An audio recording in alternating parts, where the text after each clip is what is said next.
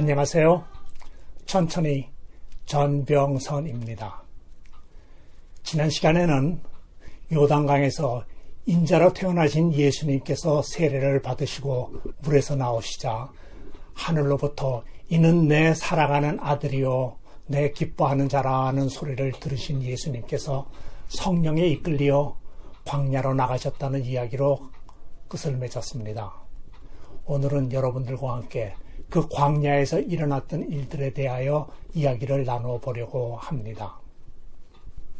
그런데 왜 성령은 예수님께서 광야로 가도록 인도를 하셨을까요?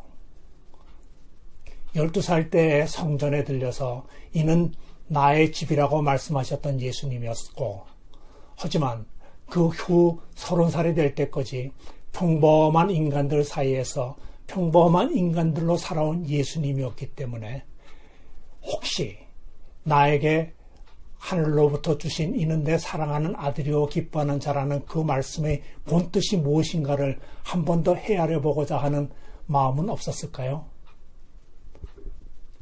그것도 아니라면 앞으로 아무도 아직 본 적이 없고 들어본 적도 없는 천국을 이 땅에 설파해야 할 텐데, 그것을 설파하기 위하여서는 오직 창조주만이 할 수 있는 일들을 하여야 할 텐데, 과연 나한테 그 창조주가 할 수 있는 그 일의 능력을 주셨는지 그거에 대해서 한 번 더 확인을 해보고 싶은 마음은 없었을까요? 그것도 아니라면은 우리들이 욥의 경우에서 보듯이 마귀가 하나님에게 예수가 정말 당신의 아들로서 그 일을 감당할 수 있겠어요? 하고 물어봤을 때 하나님께서 암묵적인 허락을 하여 주시며 마귀로 하여금 예수를 시험하게 보도록 성령으로 이끄신 것은 아닐까요? 제가 어찌 감히 하나님의 마음을, 성령의 마음을, 창조주의 마음을 헤아릴 수가 있겠습니까마는 지극히 인간적인 사람의 한 사람으로서 저의 생각을 한번 잠시 여러분들에게 말씀드려 보았을 뿐입니다. 이 시험에 등장하는 사탄을 마태복음에서는 시험하는 자, 그리고 마귀라는 단어를 함께 사용을 하고 있습니다. 반면에 누가복음에서는 마귀, 마가복음에서는 사탄이라는 단어로 기록을 하였지만 이 모든 명칭들은 같은 존재를 나타내고 있는 다른 언어일 뿐입니다. 어쩌면 이 마귀의 시험을 받는 일이 예수님께서 처음으로 이룩하신, 또 처음으로 행하신 기적이요 이적인지도 또 모르겠습니다. 자, 오늘은 그 시험이 있었던 장소로 여러분들과 함께 들어가 보도록 하겠습니다. 세례를 받으시고 물에서 나오자 하늘로부터 소리가 있어 성자로 승화되신 후 성령에 이끌려 광야로 나가셨다는 성경의 기록대로 알마그타스에서 세례를 받으신 후 광야로 나가시었다면 여리고에서 머지않은 광야였을 것입니다. 해발 780m인 예루살렘에서부터 해수면보다도 250m 더 아래인 여리고로 가는 길은 유대 광야라고 부르는 메마른 민둥산들 사이를 돌고 돌며 계속 내려오는 내리막 길입니다. 요즘엔 에어컨이 나오는 시원한 관광버스를 타고 편히 오르내리지만 그 당시 노새에 짐을 싣고 힘겹게 오르내리던 길은 강도들도 자주 출몰하던 한적한 광야의 산길이었을 것입니다. 여리고 가까운 곳에서 버스가 산길로 한참 들어가다가 오솔길과 마주치는 곳에 우리를 내려놓았습니다. 저 멀리 좁은 길섭에 폐허가 된 돌집들이 보였습니다. 인솔하신 선교사의 설명은 저런 집이 아마도 선한 사마리아 사람의 이야기에 등장하던 곳일 거라고 하였습니다. 그리고 한참을 메마른 돌밭을 걸어 들어가자 눈앞에 펼쳐지는 장관. 예수님께서 40일 동안 계셨던 것은 바로 이런 정도의 지점은 되어야 할 것 같은 느낌이 딱 들어오는 곳이었습니다.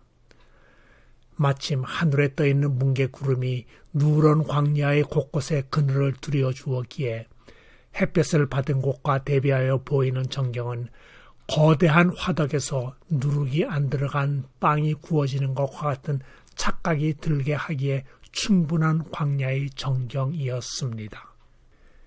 제일 처음 시험은 40일을 밤낮으로 금식하신 후에 일어난 일입니다.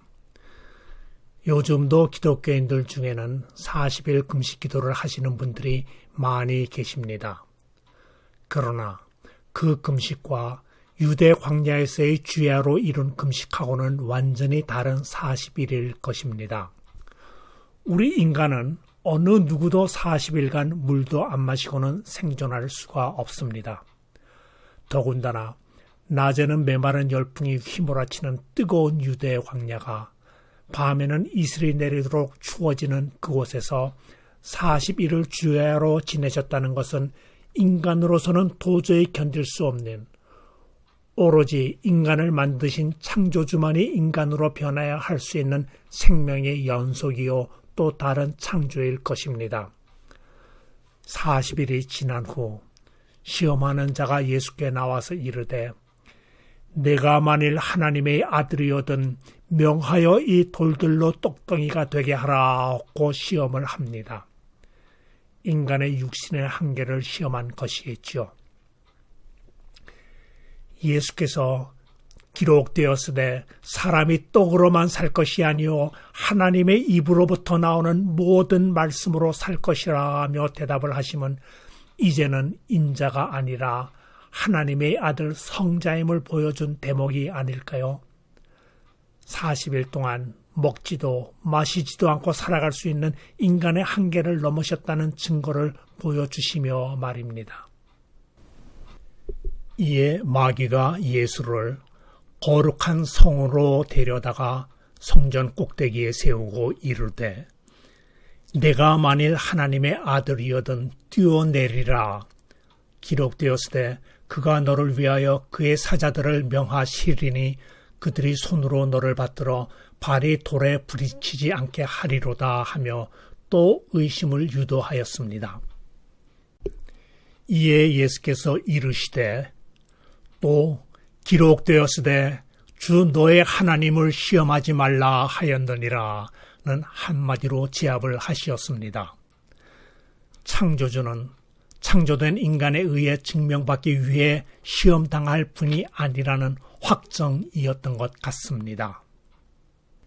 말이 막힌 마귀가 또 그를 데리고 지극히 높은 산으로 가서 천하만국과 그 영광을 보여준 후 만일 내게 엎드려 경배하면 이 모든 것을 내게 주리라 하며 권세로 유혹을 할 때 예수께서 말씀하시되 사탄아 물러가라.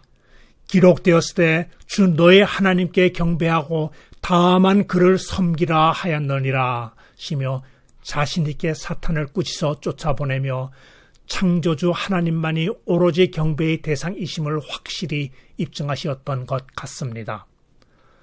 세상의 부귀와 권세와 명예를 누리며 존경받던 사람들도 결국은 누구나가 다 태어날 때 꽉 쥐고 나온 주먹을 힘없이 편 채로 차가운 시신이 되어 땅으로 돌아가니 말입니다. 이에 마귀는 예수를 떠나고 천사들이 나와서 수종을 드니라 라고 기록이 되며 예수님이 성화가 완전히 이루어졌음을 확인하여 주었습니다. 이제 사역을 시작할 준비가 끝난 셈이지요. 이 시험산에 믿음의 선조들은 어떤 자취들을 남겨놓았을까요? 여리고 성터에서 북쪽으로 올려다 보이는 민둥산이 있습니다. 유혹의 산 혹은 시험의 산이라고 부릅니다. 높이가 해발 350m라고 하니 제가 서 있는 곳에서부터는 600m 높이의 산인데 민둥산이 되어서 그런지 그리 높아 보이지 않는 그러나 제법 가파른 산입니다. 정상은 마치 마사다의 축소판처럼 약 100m 길이에 너비가 40m 되는 평평한 모양을 하고 있고 3면은 가파른 절벽으로 이루어져 있습니다. 더구나 왕의 대로가 지나가는 길목에 있는 풍요로운 도시 여리고가 있기에 전략적으로도 매우 중요한 지형이었을 것입니다. 그러니 군사적인 요새로서도 좋은 지형이 되어 오랜 세월 여러 세력들로 주인이 바뀌던 중 유대의 마지막 왕조였던 하스모니아 왕조 시절에는 산 정상에 DOQ라고 쓰는데 무슨 뜻인지는 잘 모르겠습니다만은 이런 이름으로 부르는 작은 요새를 만들었다고 합니다. 물론 이때에는 유혹의 산이라는 이름이 아니었겠죠. 서기 340년경 카리톤 성인은 유혹의 산 정상에 있던 요새의 폐허 위에 도카의 라우라라는 공동체를 만들자 많은 수도자들이 다녀가는 곳이 되어 이곳의 수도자들을 예수님이 단식한 40일을 의미하는 꽈란타나 수도자라고 불렀다고 합니다. 그러나 예루살렘을 포함한 성지 팔레스타인 지역은 630년경에 이슬람 칼리프 오마르에 의해 전복되면서 유혹의 산 수도원도 이때 완전히 파괴되었습니다. 1099년 십자군에 의해 수복된 후 유혹의 산에는 두 개의 성당이 지어졌는데 하나는 산 중턱에 그리고 두 번째 성당은 유혹의 산 정상에 지어졌으나 이 또한 무슬림들에게 다시 정복되고 성당들도 다 파괴되었습니다. 산중턱 조금 못 미치는 곳에 멀리 보이는 건물들이 마치 절벽에 매달려 있는 기차처럼 옆으로 길게 늘어서 있는 것이 보입니다. 유혹의 산 수도원입니다. 그리스 정교회에서 1874년에 부지를 구입하여 1895년에 예수님께서 단색하시며 앉아 계셨다던 동굴이 바위 위에 지은 것이라고 합니다. 이야기를 듣는 동안 이건 아닌데 하는 생각이 떠나지를 않았습니다. 앞으로 계속되는 글들에서도 느끼시겠지만 성지순례를 하다 보면 주로 로마 시대의 교황들이 아니면 수도자들이 성지라고 불리는 곳곳에 성당을 지어놓고 많은 장식들을 만들어 놓은 것을 보며 이건 아닌데 하는 회의를 느끼는 곳들이 종종 나오게 됩니다. 하긴 그래야 흔적을 찾아서 헤매는 순례자들이 많이 찾아오게 되고 그래서 교세가 늘어나게 되니 성당들마다 성지들마다 좀 더 많은 성물들을 비축해 놓으려고 끊임없이 인간적인 노력들을 하게 되겠지요. 믿음은 보이지 않는 것들의 실상이라고 하지만 그 믿음을 가지기까지에는 보이는 효과가 필요한 것이 우리 인간들의 믿음이 아닌지도 모르겠습니다. 그러나 예수님께서 앉아 계셨던 바위라는 것을 놓고 예수님께서 첫 번째 유혹받은 자리라며 세워진 경당이나 예수님이 거하시던 동굴이라며 전시하여 놓은 장면은 참으로 받아들이기가 힘들었습니다. 세례 후 광야로 나온 예수님은 광활한 유대 광야를 바라보시며 그 박토에 뿌리를 내리고 사는 인생들을 구원하시기 위한 일념으로 매진하셨을 터인데 이런 절벽에 생긴 동굴에서 40일을 보내시지는 않았을 것만 같습니다.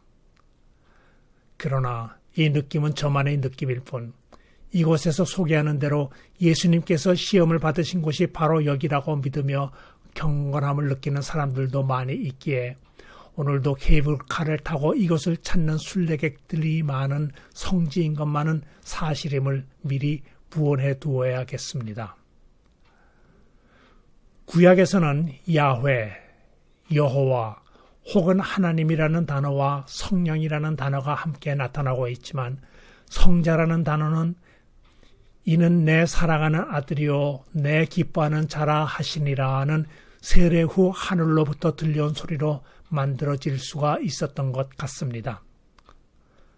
성경에도 나오지 않는 삼위일체라는 말은 기원 후 200년경 라틴 신학자인 테르툴리아누스가 신을 설명하기 위해 트리니타스라는 말을 만들어낸 게 그 시초라고 합니다.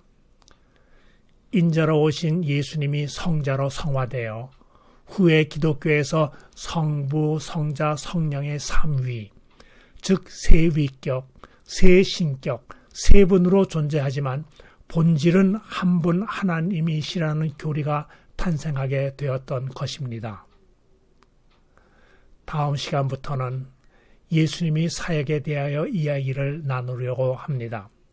시청하여 주신 여러분들에게 감사드리며 항상 강건함 속에 평안한 시간들이 되시기를 기도드리며 다음 시간에 다시 뵙도록 하겠습니다. 지금까지 천천히 전병선이었습니다.